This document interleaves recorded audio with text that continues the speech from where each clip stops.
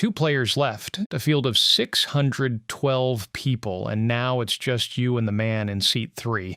A trophy on the table, $180,000 for first, and a rail of strangers who've quietly stopped breathing. His stack is a little bigger than yours. He deals first. You've been chasing this exact man for 11 years. Your hands aren't shaking, and that's the part that should scare you. But to understand how you got here, you have to go back to a $50 deposit, a warehouse job, and a hand that took 4 minutes to win. Level 1, the beginner. You win the very first hand you ever play. 4 minutes start to finish. You don't know what a continuation bet is. You don't know what pot odds are. None of it matters. You won. You're 19. Warehouse shifts, no degree. You found poker the way everyone does. A friend, an app, something that looked easy. And easy things are hard to ignore. You deposit $50, sit down with strangers, and 25 minutes later, you're up 23. You open a new tab and type how to win at poker consistently. This is the single most dangerous moment of your entire poker life. You have no way of knowing that because 3 miles away, a quiet man named Vince is taking the last chips off someone who typed that exact sentence 6 months ago. You think this is the beginning of something. You're right, just not the way you think. Level 2, the student. You lose a hand you were sure you had, and instead of letting it go, you open 5 tabs. Within 2 weeks, you have opinions about solvers. You've got a home game now, 6 guys every Thursday, warm beer, real money.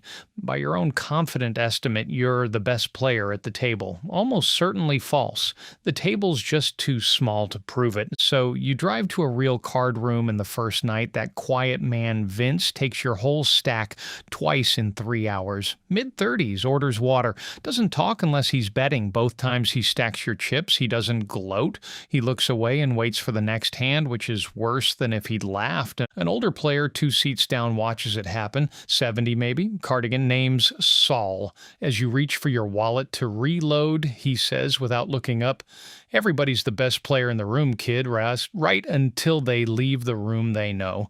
And you don't understand it yet. It's 1 a.m., you've got a shift in 6 hours, you open another tab.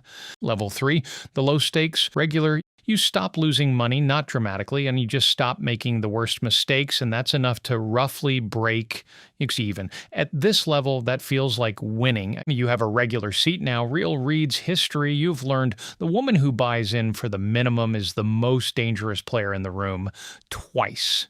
Your girlfriend has questions. Calm at first, then sharper. How many hours a week? How much across 6 months? Hobby or problem? You give answers that are technically accurate and completely dishonest. You both know it. You keep playing. Vince is still there, beating the game the way a landlord collects rent. Quietly monthly. One Thursday, you lose a big pot to him on a hand where you were certain he was bluffing. He wasn't. You think about it for 4 days. Your girlfriend ends it on a Saturday afternoon, not during a fight. Calmly over coffee. You'd been at the card room 4 nights that week. Some part of you knows she's right. 3 weeks later, through mutual friends, you learn she's seeing someone new. It's Vince, and you sit with that. Then you close the app. Then you open it again. Bankroll minus $210. Now you have a reason to get better that has nothing to do with money. Level 4, the profitable regular. Your bankroll is going up every month. The number at the end is bigger than the one at the start. You're beating the game for about 3 big blinds per 100 hands. The math says move up.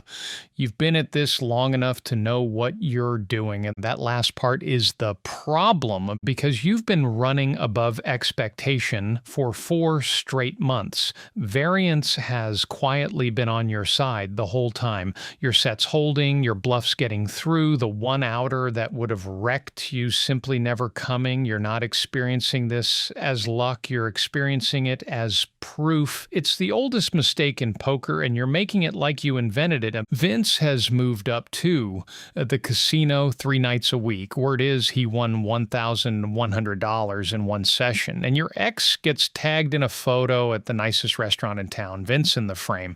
You study that photo longer than any adult should. So you climb. The first sessions go beautifully. Then Vince sits down at your table, orders water, and inside 20 minutes takes 2 pots off players who never felt it. You play your best poker.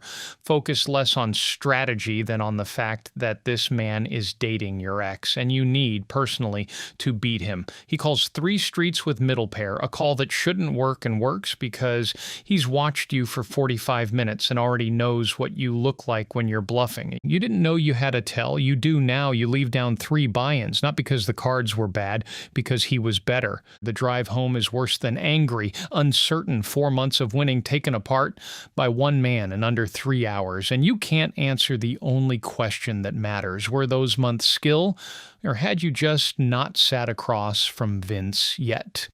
Bankroll, minus $960. Quick thing, my name's Calvin. We just launched this channel for people a little obsessed with what it actually feels like to climb every level of something. The goal is simple. Tell you the version nobody tells you. If you want to support us and help us make better videos, consider subscribing. It's free and it helps more than you'd think. All right, he just beat you for 3 buy-ins and drove home in a nicer car. Let's get back to the table. Level 5, the casino regular. The first time you walk into a casino as someone who actually knows what he's doing, you understand something immediately. This is a job, not a hobby you got good at, a job, nine-shine with a chair that ruins your back after 4 hours and lighting designed by someone who never considered a human being. You learn the ecosystem inside a month. One night you win $280 in just under 6 hours and you do the division on the drive home. The number is not ridiculous. That's the problem, because once you've seen it, the next thought arrives on its own and you cannot send it back. What if this was the job? Sewell is still around, same water, same cardigan. You tell him about the hourly, half bragging. He doesn't look impressed. He looks tired for you. The money's the easy part to count, he says. It's the other stuff that adds up quiet. Then he goes home at a normal hour, which you notice you no longer do. Vince is here too, 3 nights a week, drives a Mercedes. You know that because you've started clocking the parking lot without deciding to. He and your ex were away together in April. You know that because you drive home at 1 a.m. up $200 and can't tell if that counts as a good night. Bankroll plus $4,200. You don't share that number with anyone. Level 6, the full-time player. The month you quit the warehouse to play full-time, you run the worst you've run in 2 years. You make the right play, it doesn't work, you come back and do it again for 30 days straight. A bad month used to just be a bad month. Now it's rent. You used to sit down and play. Now you sit down and calculate, what you need this week, what a losing night costs. And that knowledge pulls up a chair and stays all night. It plays scared, it folds too early. It's not a good poker player and you can't make it leave. And Vince went full-time 2 years before you. Higher stakes now, strong results. He and your ex split over the winter. You waited to feel something specific. What arrived felt mostly like information. People keep asking the same question, what's your backup plan? And same answer every time, 12 months of consistent results, and you keep going. If not, you reassess. It sounds more stable than it feels at 11 p.m. on a bad Tuesday. And then you have a genuinely good month, best in over a year, and you wait for satisfaction. What shows up instead is relief, not pride, the flat quiet of a threat that didn't land this time. That night, you open the tournament calendar. A major stop 2 months out, $3,500 to enter.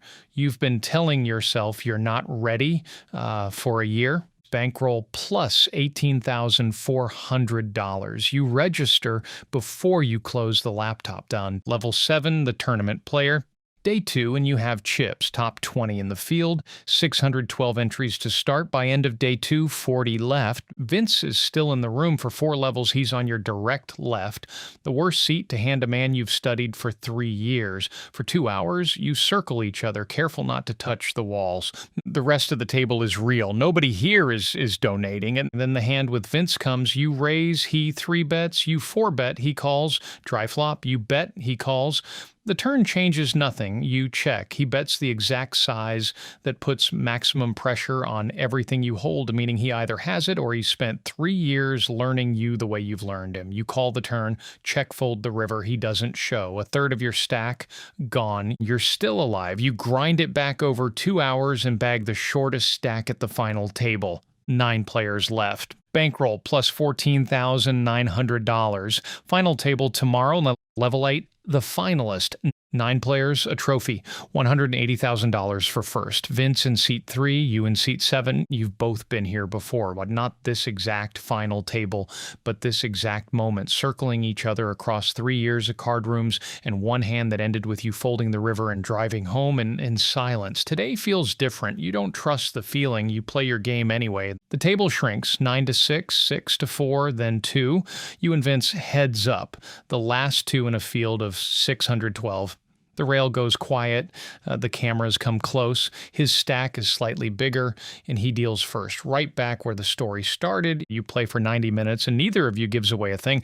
2 professionals who've been training their whole lives for this without knowing it was each other they were training for. And then the hand comes, you raise, he 3-bets, you look at your cards once, put them face down, 4-bet, and for the first time all match, Vince pauses. Not a thinking about cards pause, a thinking about you pause, the one that matters. He calls, dry flop, you check, he bets, you raise. He goes quiet in the exact way he goes quiet when he isn't sure. And you know that because you have 3 years of data on this man. All those nights you thought you were the one being read, you were reading too. He calls, the turn is a blank. You move all in. He sits with it for 4 minutes, then Vince folds, face down. He doesn't show. You stack the chips, you don't show either. And 3 hands later, it's over, nothing dramatic. You know, you flop top pair, he flops second pair, the money goes in, the cards run clean. No bad beat, no one-outer. Just a hand played correctly by both of you, and yours being better. And someone takes a photograph. You think about a Tuesday night $50 and a hand that took 4 minutes to win. Bankroll, plus $194,900. You started with 50. Level 9, the veteran. You thought winning would feel different. You thought something would finally settle, and that the part of your brain running poker math since you were 19 in a warehouse would at last go quiet. And it didn't. You checked the tournament calendar 4 days after the biggest win of your life. Over a decade now. Up, down, up again. You won the thing you spent 10 years building toward, and the morning after, you woke up and wanted to play poker. Not to prove anything, not to chase anyone, just because the game was there. That's the part nobody warns you about. Vince is still around, still good, still quiet, the same player he was the first night he took your chips. You respect his game now cleanly. The rest of it, the X, the parking lot, the years of reading his results like a personal ledger, faded. Most things do. Soul doesn't come around anymore. Someone new sits in his seat. But you never fully understood everything he told you. But you understand the tired way he looked at you over that hourly, more every year.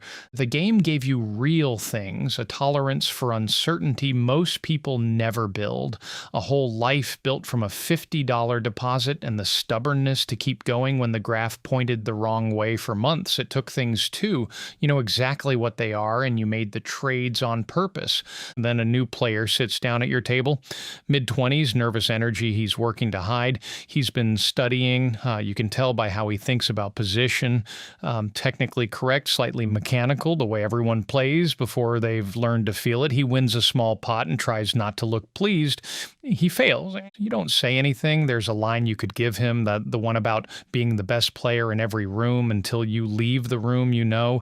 You let him have it instead. You stack your chips, you look away, you wait for the next hand. If this one stayed with you, drop a comment with where you're watching from and which level you're on right now. And if you want to know what happens when that nervous kid in his mid-20s is you 10 years from now sitting in a seat that used to be someone else's, that's the next one. Subscribe, and I'll see you at the table.